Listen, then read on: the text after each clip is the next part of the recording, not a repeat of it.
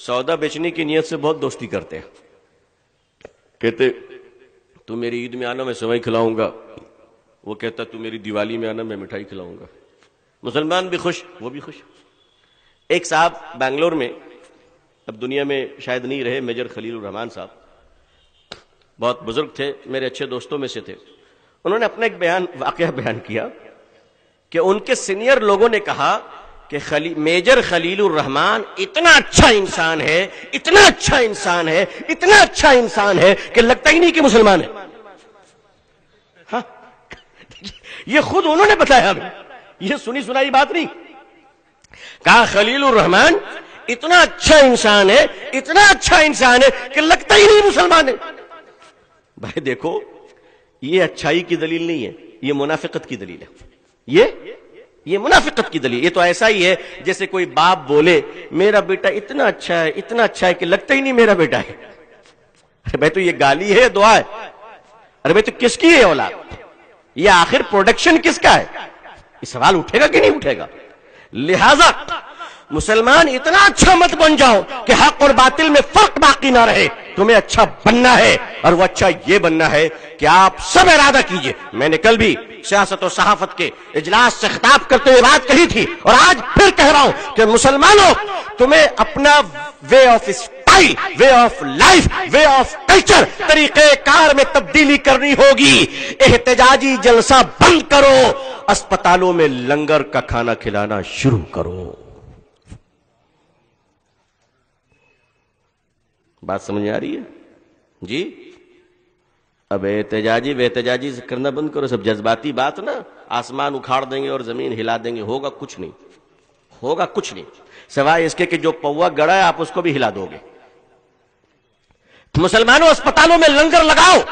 تم کو اللہ نے دولت مند بنایا ہے، مالدار بنایا ہے، اکیلے کر سکتے ہو تو اکیلے کرو، ورنہ 20 مسلمانوں کو ساتھی بناؤ. داڑھی رکھو، ٹوپی پہنو، بینر لگاؤ. اور کیا ہندو کیا مسلمان، اللہ کی مخلوق کو کھانا کھلاؤ، اللہ کی مخلوق کو پانی پلاؤ، اللہ کی مخلوق کی ضرورتیں پوری کرو. آپ یہ کام شروع کیجئے پورے ملک میں.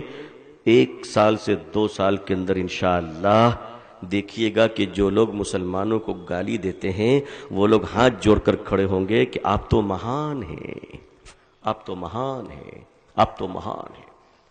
میں پٹنہ سے قریب ایک شہر ہے حاجی پور، میں پروگرام میں جا رہا تھا حاجی پور سے. مغرب کی نماز کا وقت آ گیا، ہمارے ساتھیوں نے کہا یہی مسجد ہے. ہم مسجد میں گئے نماز پڑھنے. نماز مغرب کی پڑھ کے جب میں باہر نکلا تو میں نے دیکھا کہ ایک بوڑھی عورت بڑی کمزور سی تیل اور پانی لیے کھڑی ہے، بڑی غریب، جسم کے کپڑے اپڑے ٹھیک نہیں تھے، غربت جھلک رہی تھی. تو سر پہ گھونگھٹ کو کھینچے ہوئی تھی. تو مجھ سے کہنے لگی بیٹا ذرا دم کر دو. اس کی آواز میں بڑا کرب تھا، بڑا درد تھا. تو میں نے دم تو کر دیا، لیکن میں نے پوچھا کہ ماتا جی دقت کیا ہے؟ اتنا پوچھنا تھا کہ رونے لگی. میں نے کہا پلیز بتائیے نا، آپ روئے نہیں، آپ بتائیے، ہم کچھ کریں گے آپ کے لیے. تو کہتی ہے بیٹا میرے پتی ہیں، آج 1 سال سے بیڈ پہ لیٹے ہوئے، ہل ڈول نہیں کر سکتے. بیٹا لوگ سب ساتھ چھوڑ دیا ہے، زمین جائیداد زیور سب بک گئے، میں بہت اچھے گھر کی تھی، اب علاج کو پیسے نہیں ہیں. تو مجھ سے کسی نے کہا کہ اب دوا مت کرو، مسلمانوں کی مسجدوں میں کھڑی ہو جاؤ، مسلمان پھونک دیں گے تو تمہارے پتی اچھے ہو جائیں گے. تو ہم نے کہا کہ آپ نے کھانا کھایا ہے؟ مغرب کا وقت ہے. تو وہ کہہ رہی ہے میں کیا، میرے پتی جو مریض ہیں وہ بھی کل سے نہیں کھائے.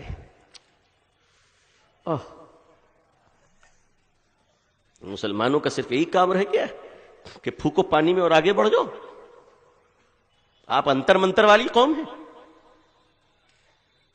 کچھ پیسے نکالے. مجھے ایسے موقع پہ اپنے شیخ حضرت رحمت اللہ علیہ بہت یاد آتے ہیں، بہت یاد آتے ہیں. کچھ رقم ہم نے نکالا اور اپنے دوستوں سے کہا تم لوگ بھی کچھ دو ان کو. خیر ایک اچھی خاصی رقم ان کو ہوئی. یہ تو وقتی چیز ہے. ہم نے ان کو پیش کیا، پھر امام صاحب کو بلایا، ان کو سمجھایا. بیچاری روتی رہی، دعا دیتی رہی. مجھے احساس ہوا کہ اسے میری دعا کی نہیں، اس کی دعا کی ہمیں ضرورت ہے اس وقت. یہ کام نہیں کرتے. مسجدوں کے باہر غیر مسلم کھڑے رہتے. کیوں؟ ان کو یقین ہے کہ مسلمان اپنے خدا کا نام لے کر جب نکلے گا تو جلدی پھکوا لو، اگر یہ دکان میں چلا گیا، بازار میں چلا گیا تو ہم سے بھی زیادہ گیا گزرا ہو جائے گا، اس لیے جلدی دم کرواؤ، جلدی دم کرواؤ اس سے. یہ خدا کا نام لے کر نکل رہا. مسلمانوں، اس دیش میں آج بھی اتنا یقین زندہ ہے کہ بیماروں کی دعا ہم سے کروائی جاتی ہے. تھوڑا آگے بڑھ جاؤ اور لوگوں، یہاں کے لوگوں نے 33 کروڑ خداؤں کی پوجا شروع کر دی. مسلمانوں، 33 کروڑ خدا کو ماننے والے لوگوں کے سامنے تم ایک خدا کا تعارف نہیں کرا سکے.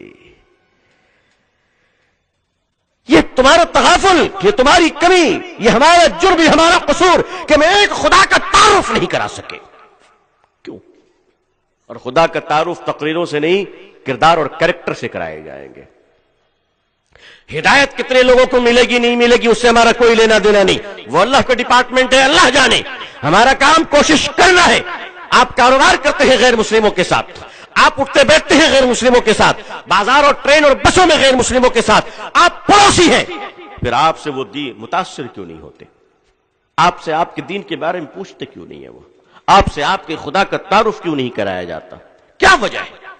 آپ بتاتے کیوں نہیں ہے؟ عزیزان ملت، کمی ہمارے ہی چراغ میں کچھ ہے کہ چراغ بجھ رہا ہے، ورنہ ہوا اور آندھی تو کچھ نہیں ہے، کچھ نہیں ہے.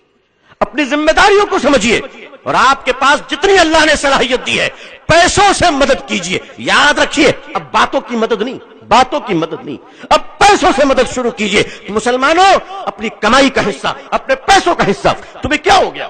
تم کما کر آتے ہو باہر سے اور بیٹی کی شادی کرنی ہے تو کہتے ہو کہ اس طرح کی شادی کریں کہ لوگوں کو پتہ چلے کہ سنگاپور یہاں نظر آ رہا ہے، ملیشیا یہاں نظر آ رہا ہے، برونئی کا پیسہ نظر آ رہا ہے. مسلمانوں، تم وہی قوم ہو نا کہ اپنی بیٹی کی شادی میں دیکھ پر دیکھ چڑھتی ہے، دیگیں اترتی ہے، پنڈال سجے ہیں اور پنڈالوں میں سب چنڈال نظر آ رہے ہیں، اور دیگوں کی بریانی ڈکاری جا رہی ہے، بوٹیاں پھینکی جا رہی ہے، چاول پھینکے جا رہے ہیں، کھانے والے شکم شیر ہو رہے ہیں. کوئی باورچی کی تعریف کر رہا ہے تو کوئی میزبان کی تعریف کر رہا ہے. مسلمانوں، وہیں پر نظر اٹھا کے دیکھتے کیوں نہیں ہو کہ کلکتہ کے سگنل پر، بنارس کے سگنل پر، لکھنؤ کے فٹ پاتھ پر، دلی کے فٹ پاتھ پر، بمبئی کے فٹ پاتھ پر ہزاروں نہیں بلکہ لاکھوں مسلمان لڑکیاں جو جوانی کی دہلیز پر پہنچ چکی ہے اور غربت کی وجہ سے پیٹ میں کھانا نہیں ہے، تن میں کپڑا نہیں ہے، جوان 18 سال کی 20 سال کی لڑکیاں جوانی میں پھٹے پرانے کپڑے پہن کر سگنل میں بھیک مانگ رہی ہے کہ بابا میری کچھ مدد کرو. جس قوم کی جوان بیٹیاں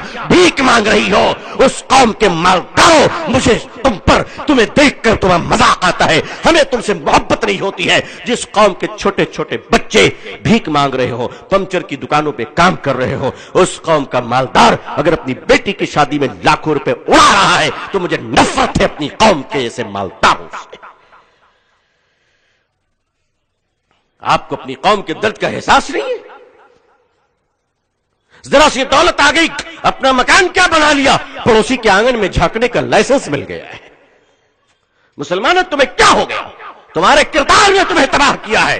یاد رکھو، وہ گھوڑے کی پیٹھ پر اور خچروں کی پیٹھ پر چلنے والے مکے کے اوپر خیبر پہاڑوں پر وہ مسلمان جن کے پاس کچھ نہیں تھا، وہ دار ارقم میں چھپ کر دین کی دعوتیں سننے والے اللہ کے آخری رسول صلی اللہ علیہ وسلم سے بھوکے اتنے کہ پیٹ پہ پتھر بن گئے.